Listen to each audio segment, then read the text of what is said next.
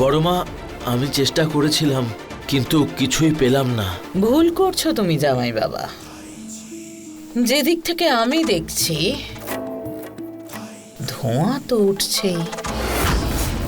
এবারে আগুন কোথায় লেগেছে সেটা তোমাকেই খোঁজ করতে হবে। আজ সবাই কিষানগঞ্জে যাচ্ছে, ওই মেয়েটাও যাবে। তুমি তোমার চোখ খোলা রেখো, কেমন? কেউ আপনার ইচ্ছার বিরুদ্ধে এই বাড়িতে ঢোকে সেটা আমিও চাই না, কিন্তু কিন্তু ওই সুমনার দুর্বলতাটা বুঝতে পারছি না। এটা তো কখনো হয় না যে কারোর কোনো দুর্বলতা থাকে না জামাই বাবা। ওই মেয়েটারও আছে, আর পেয়েও যাবে, বুঝেছো?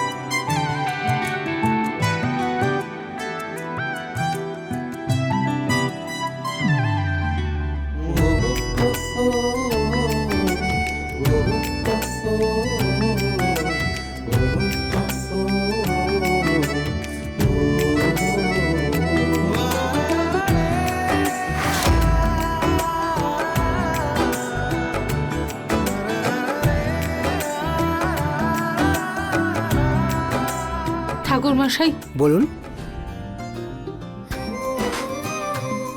ও আমাদের বাড়ির হবু বৌমা। বিয়ের পর তো আমরা কুলদেবীর আশীর্বাদ নিতে আসবই, বিয়ের আগেই আশীর্বাদ পাওয়া যায় সেই কামনায় এসেছি। এটা খুব ভালো কথা, আর জুটিও খুব সুন্দর।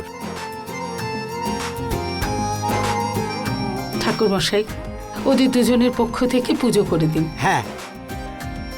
ওম যা দেবী সর্বে ভূতেষু শক্তিরূপেণ নমস্তিতা নমস্তস্যৈ নমস্তস্যৈ নমস্তস্যৈ নমো নমঃ।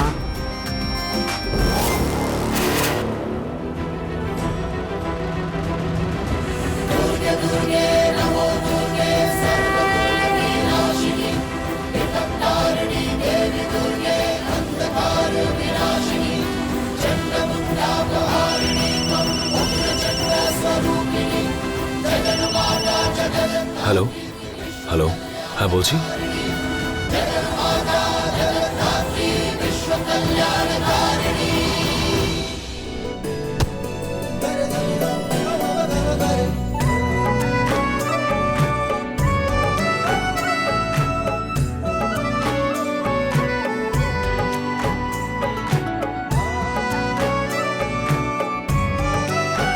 স্ত্রী স্বামীর জন্য লক্ষ্মী হয়, তাই স্ত্রী সবসময় স্বামীর বাঁ দিকে থাকতে হয়।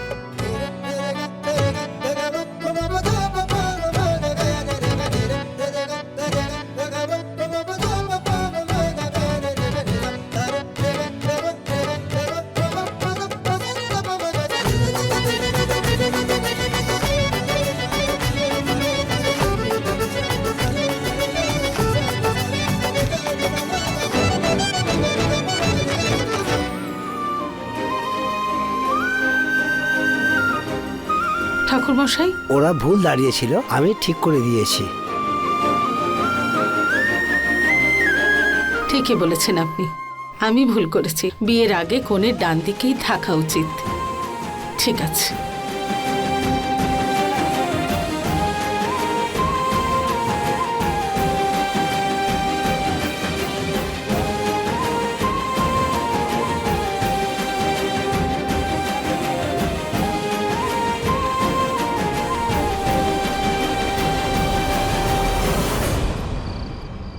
নন্দিনী, পায়েস হয়ে গেছে?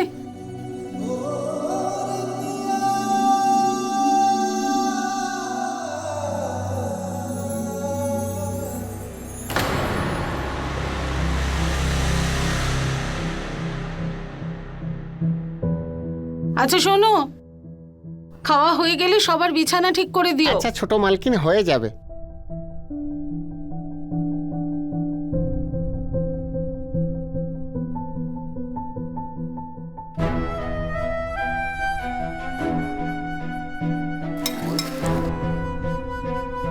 সুমনা,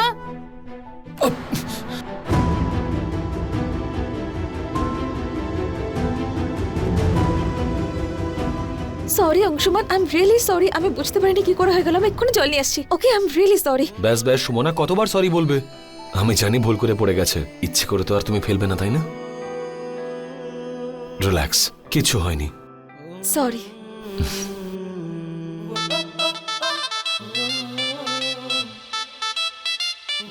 রিল্যাক্স।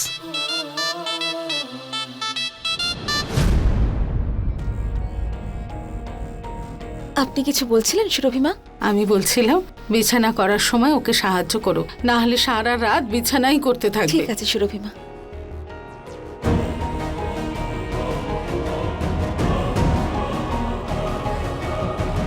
মনে হয় ম্যাডাম রাগ করেছে। ঠিক আছে, হোক, আমি মানিয়ে নেব।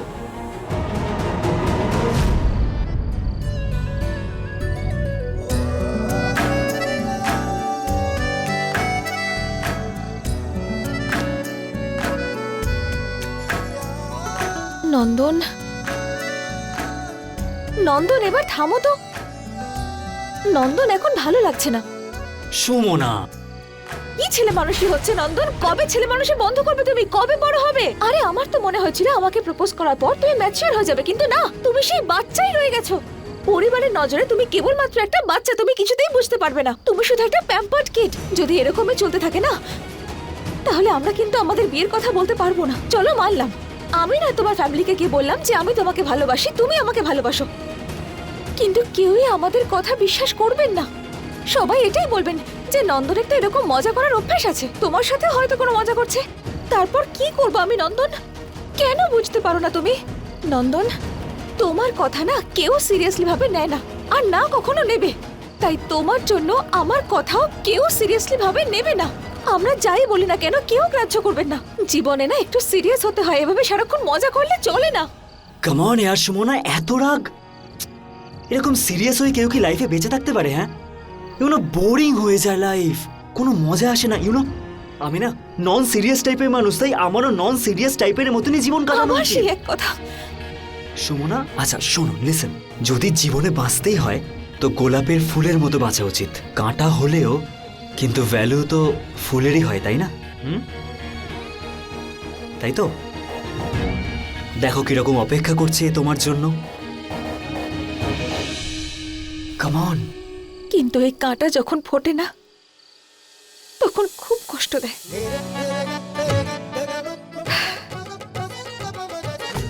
Come on.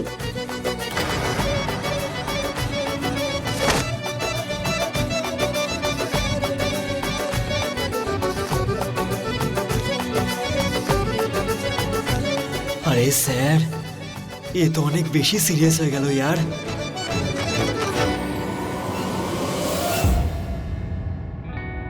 এই চোটটা কি করে লাগালি তুই নন্দন? খুব কেয়ারলেস হয়ে গেছিস তুই, জানিস তো? কবে যাবে তোর এই ছেলে মানুষই? অভ্যাসটা তো আস্তে আস্তে যাবে, তাই না বিগ বি? আর এমনি তো আমি যেরকম আছি সেরকমই থাকবো, কারোর জন্য চেঞ্জ হবো না, ইউনো। এমনিতেও তোমরা সবাই মিলে এই নন্দনকেই ভালোবেসেছো, হ্যাঁ কি না? রাইট। ইয়া এক্স্যাক্টলি। আর তারপর যদি বিগ বি আমি নিজেকেই চেঞ্জ করে নিই, তাহলে আমি কি সেই নন্দনই হতে পারবো যাকে তোমরা সবাই মিলে ভালোবেসে এসছো?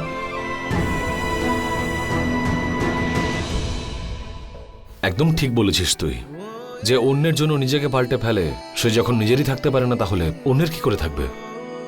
Never change yourself bro, but at the same time নিজের খেয়াল রাখাটাও ভীষণ ইম্পর্টেন্ট। এবার দেখ ব্যান্ডেডটার কি অবস্থা হয়েছে। নন্দিনী, অন্য একটা ব্যান্ডেড আছে রে? হ্যাঁ দাদা। প্লিজ একটু এনে দিবি? নন্দিনী, আমি নিয়ে আসছি।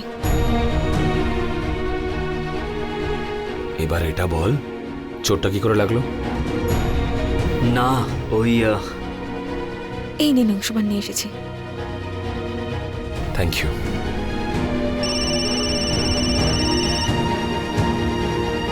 Hello, just hold on. Sumana, এই ব্যান্ডেড একটু ওকে লাগিয়ে দেবে প্লিজ? Yes, tell me.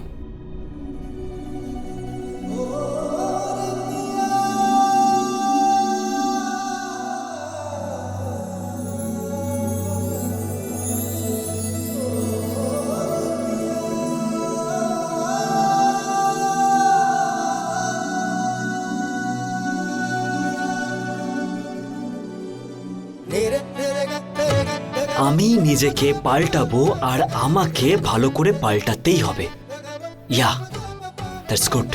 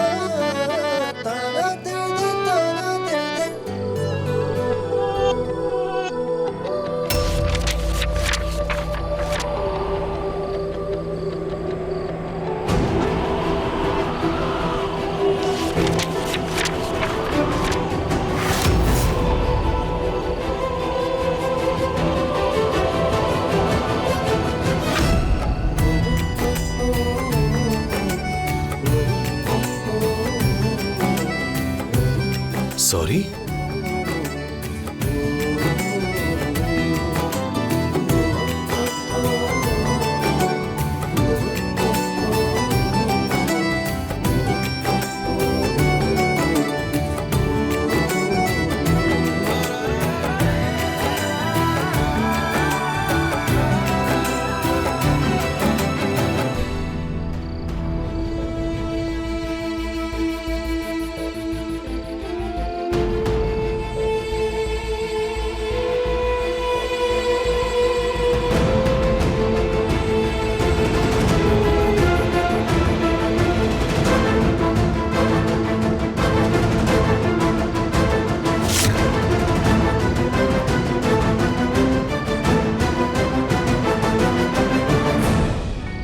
এ কি সুমনা, তুমি এখনো সেই গিল্টেই আছো?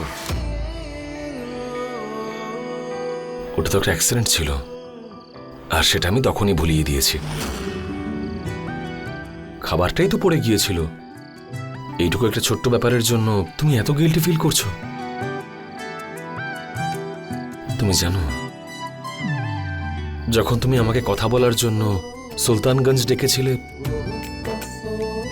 তখন জানি না কেন এটা অনুভব করতে পারলাম যে আমরা আমাদের সিদ্ধান্ত তোমার উপর চাপিয়ে দিইনি তো, তোমার মত ছাড়া। তখন থেকে আমি একটা গিল্টে রয়েছি।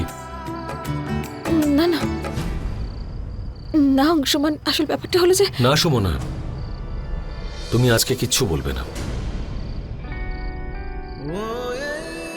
আজকে আমি আমার ইন্ট্রোভার্ট নেচার ছেড়ে নিজের মনের কথা তোমাকে বলতে চাই। সেই জন্য কিচ্ছু বলো না আজকে, শুধু যেটা বলছি তা শোনো।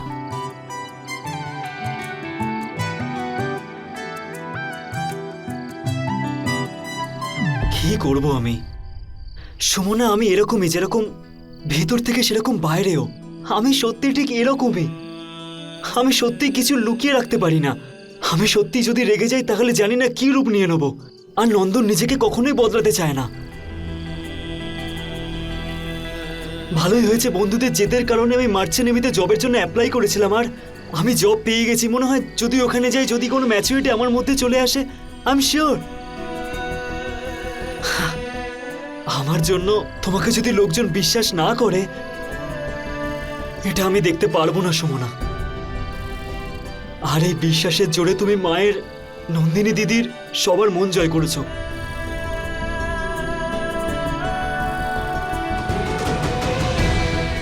কথা দিলাম তোমাকে, যতদিন আমার মধ্যে ম্যাচুরিটি না আসে ততদিন আমি তোমাকে মুখ দেখাবো না। নেভার।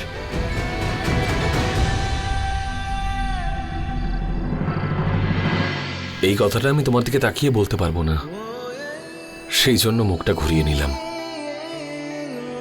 আসলে কি বলতো, জীবনে কখনো এরকম কোনো মুহূর্তই আসেনি যখন কাউকে নিজের মনের কথা বলেছি।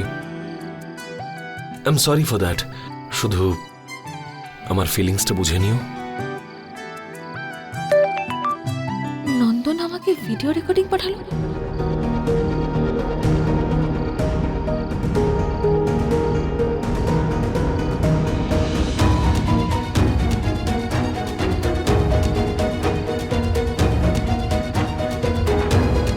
সুমনা, আমি এরকমই, যেরকম ভেতর থেকে সেরকম বাইরেও।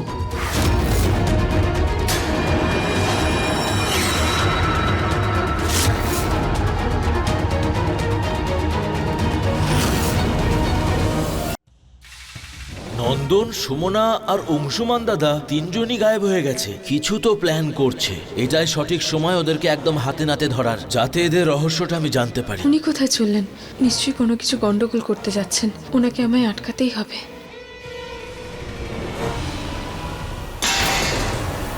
আরে কি হয়েছে? বাবা জীবন, তুমি এখন কোথায় যাচ্ছ? মা, আমি ঘুম ভাঙতে দেখলাম যে অংশুমান দাদা, নন্দন, সুমনা কেউই এখানে নেই। বুঝতে পারছি না কোথায় গেল।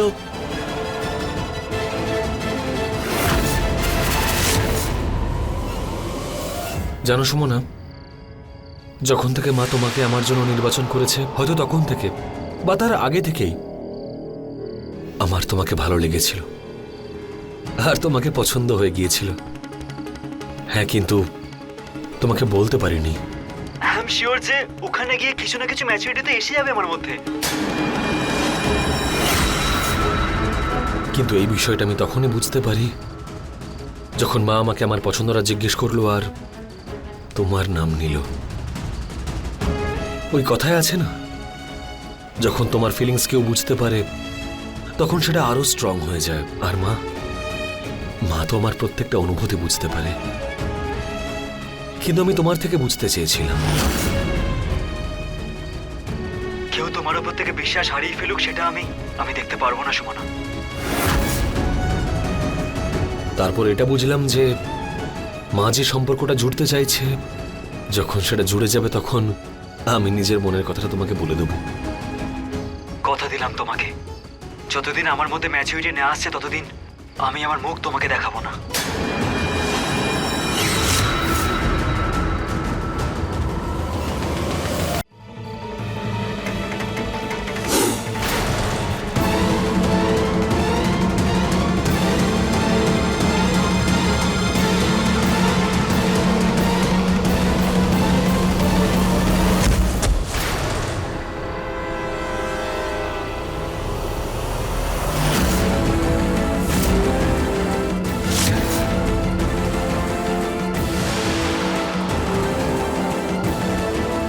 সুমনা,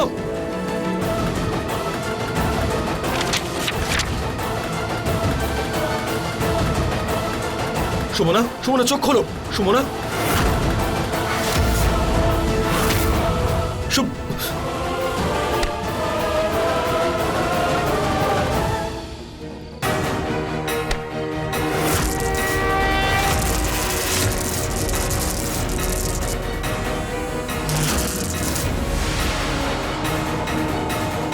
কি হয়েছে সুমনার? মা ওকে সাপে কামড়েছে। সুমনা, চল।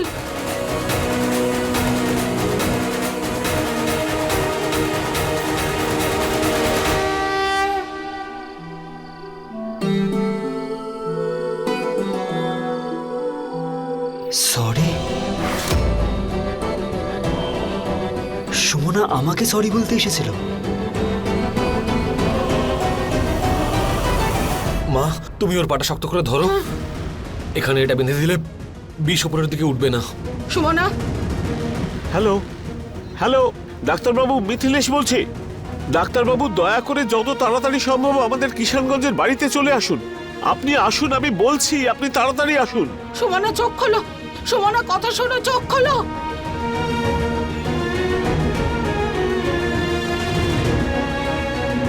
বাবা মশাই, ভাগলপুর থেকে এখানে পৌঁছতে ডাক্তারের কমপক্ষে 45 মিনিট সময় তো লাগবেই। 45 মিনিট? হ্যাঁ, লাগবে। কেতারি, এক কাজ করো, যতক্ষণ ডাক্তার না আসে ততক্ষণ গ্রামের বৈদ্যকে ডেকে আনো। আচ্ছা আচ্ছা। যতক্ষণ ডাক্তার না আসবেন ততক্ষণ বৈদ্য তো কিছু উপকার করবে। নন্দিনী, তুই ওর মুখে জল ছেটা, ওর চোখ যেন বন্ধ না হয়।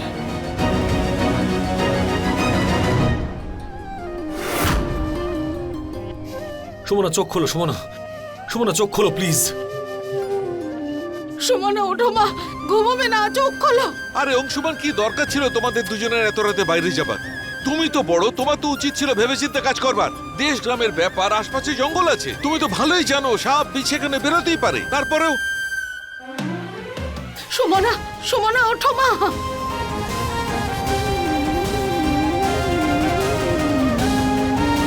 তুমি আমার জন্য এসেছিলে না সরি বলতে? তুমি ঠিকই বলতে। সত্যি আমার মধ্যে হয়তো ম্যাচুরিটিই নেই। তোমার এই অবস্থার জন্য দায়ী শুধুমাত্র আমি, শুধুই আমি।